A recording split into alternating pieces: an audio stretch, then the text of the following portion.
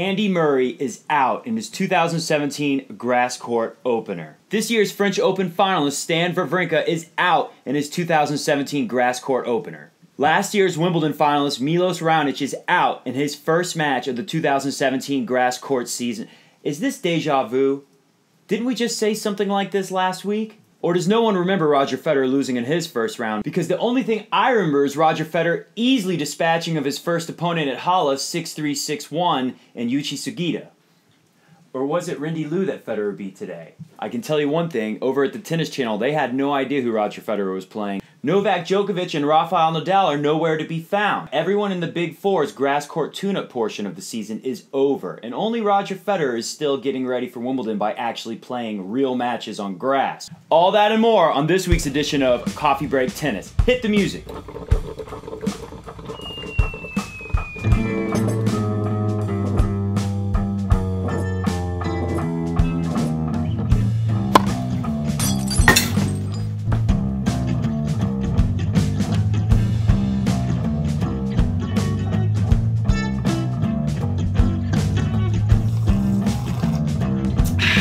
That's good.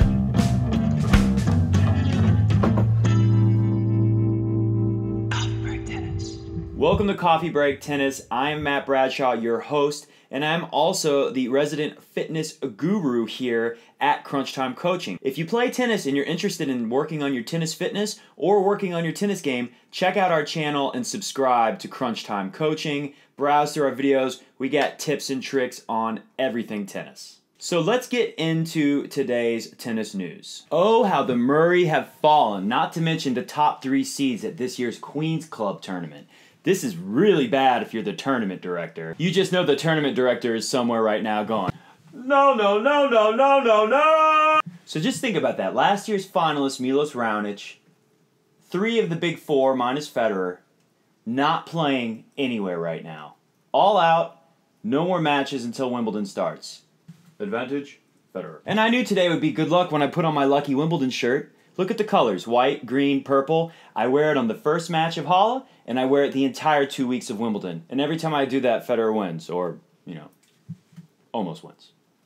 Or loses in the second round. It tends to be good luck for me. It tends to be good luck for Roger, so we'll see how that works out. But right now, the good luck is not falling on Andy Murray, and let's get into Andy Murray's match first. Last year, Andy Murray won in Queen's Club, so that means a total of 500 points are going to drop off of his ranking. Good news for Nadal fans, good news for Fed fans. To make matters worse for Murray fans, a lucky loser took out Andy Murray. For those of you who don't know what a lucky loser is, that means basically the guy Murray was going to play got hurt, so some guy who lost in the qualification stage of the tournament where the lower ranks fight to get into the tournament got a free pass to go play Andy Murray. Typically, this is a great thing for the Andy Murray of the situation because you get to play someone who just lost in the qualification rounds and is lower ranked. It usually means an easier win in your first round. Andy Murray lost in straight sets to this guy. Now, in Andy Murray's defense, even though Jordan Thompson is a pretty low-ranked guy for Andy Murray, this is a guy who's won a lot of matches on grass already. That's right, this guy was in the finals of the Aegon Surbiton. I think I'm saying it right. I'm not sure because I've never heard of it. I don't think anyone's heard of it because it's a minor league tournament. But experience winning matches on grass is experience winning matches on grass. This is one of the toughest surfaces for players to adapt to during the season because they spend the least amount of time on it, and it's the most unique surface that the players play on. But I can tell you from the first game right out of the gate in this match, I could tell Andy Murray was going to struggle.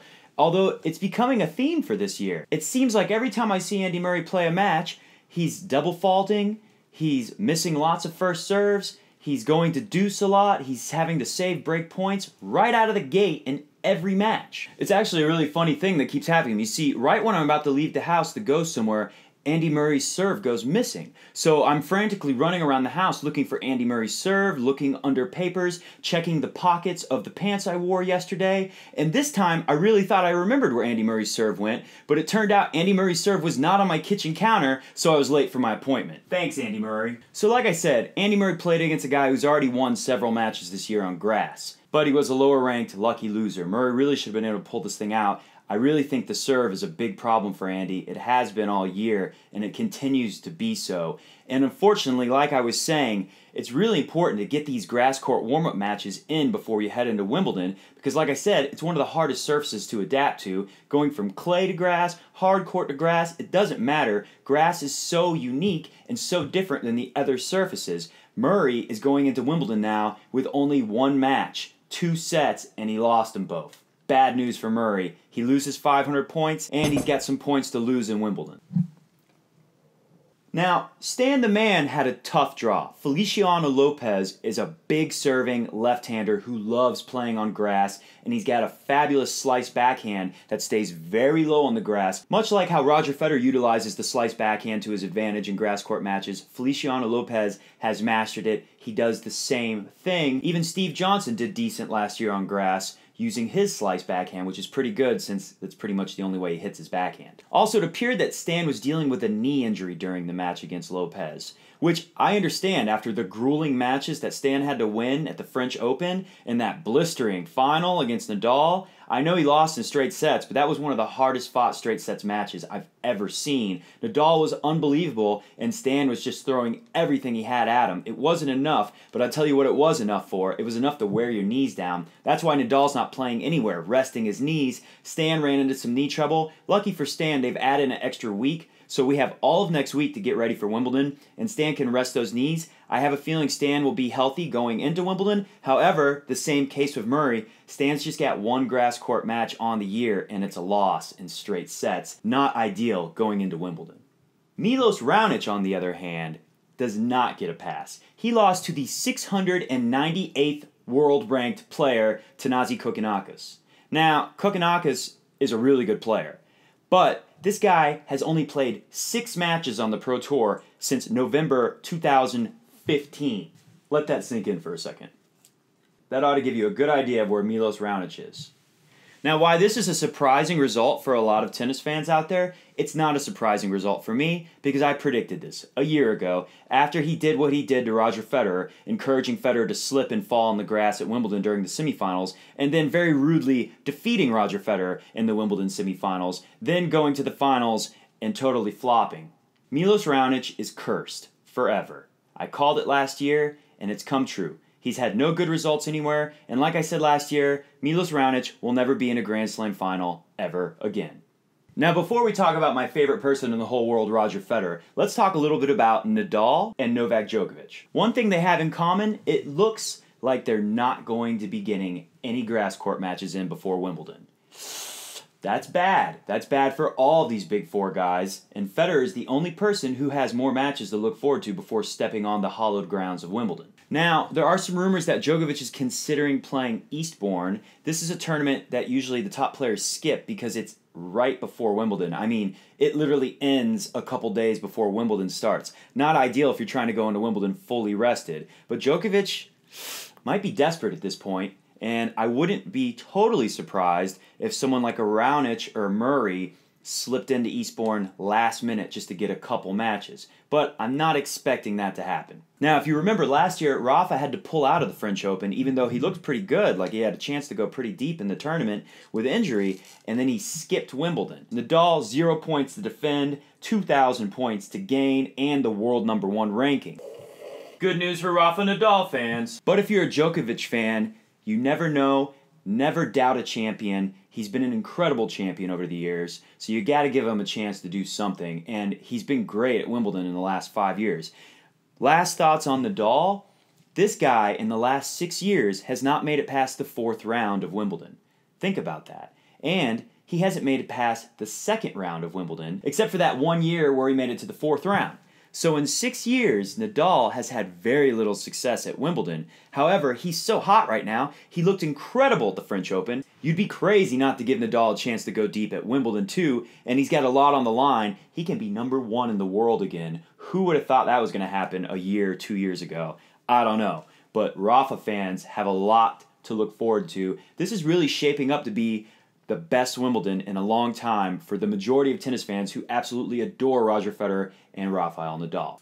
Now, on to the good stuff. Ta-da! Congratulations, Mr. GOAT. 1,100 victories. That's right, Roger Federer got his 1,100th win today at Halle, and oh, did he need that win to put Stuttgart behind. Oh my, I do not know what to do with myself with all of this good Federer fan news. Because I am a super Federer fan, just oozing with partiality and raw, unfiltered, unfettered Roger Federer bias. Roger Federer bias. I mean, everything was working in this match. Federer looked pretty good. The serve location was spot on. He had 8 aces, and he was hitting his spots, setting himself up to win early in the points, point after point. The forehand looked great, and the Tennis Channel commentators pointed it out often. Although since they didn't know who exactly Federer was playing, I'm not sure if I believe them. I did notice a lot more slicing from Roger Federer on the backhand side. Now, we all know that a theme for Federer this year, and part of his success, has been the way he's been taking his one-handed backhand topspin very early and with a lot of power. It's looked really good. So this is a thing to watch out for as we get into the grass court season, fans out there. Make sure you look carefully at what Federer's doing with that backhand. It's such a weapon to slice the ball low on grass because of the surface, so it's important that Federer fine-tunes that slice and utilizes it as a weapon as often as he can. But a big part of what had Federer beating Nadal 3 times this year is him coming over the ball with that backhand and taking it super early. The good news is Federer did take some good rips at the backhand and was timing the ball well on that side, but I would say he sliced a lot more often than we've seen in 2017. I don't think it's a bad thing though because it's the grass court season. Come on. If you'd like to see an example of Roger Federer coming over that backhand, find some highlights on YouTube today and go to the second set when Sugita is serving the second point of his first service game. He's down love 15. Federer rips the backhand cross court on the return, and then he sets up a very nice, clean forehand winner. It is pure maestro bliss. You got to check that out. Just find that point. Just that, if you only watch one point from today's match, that's the point. That's the point.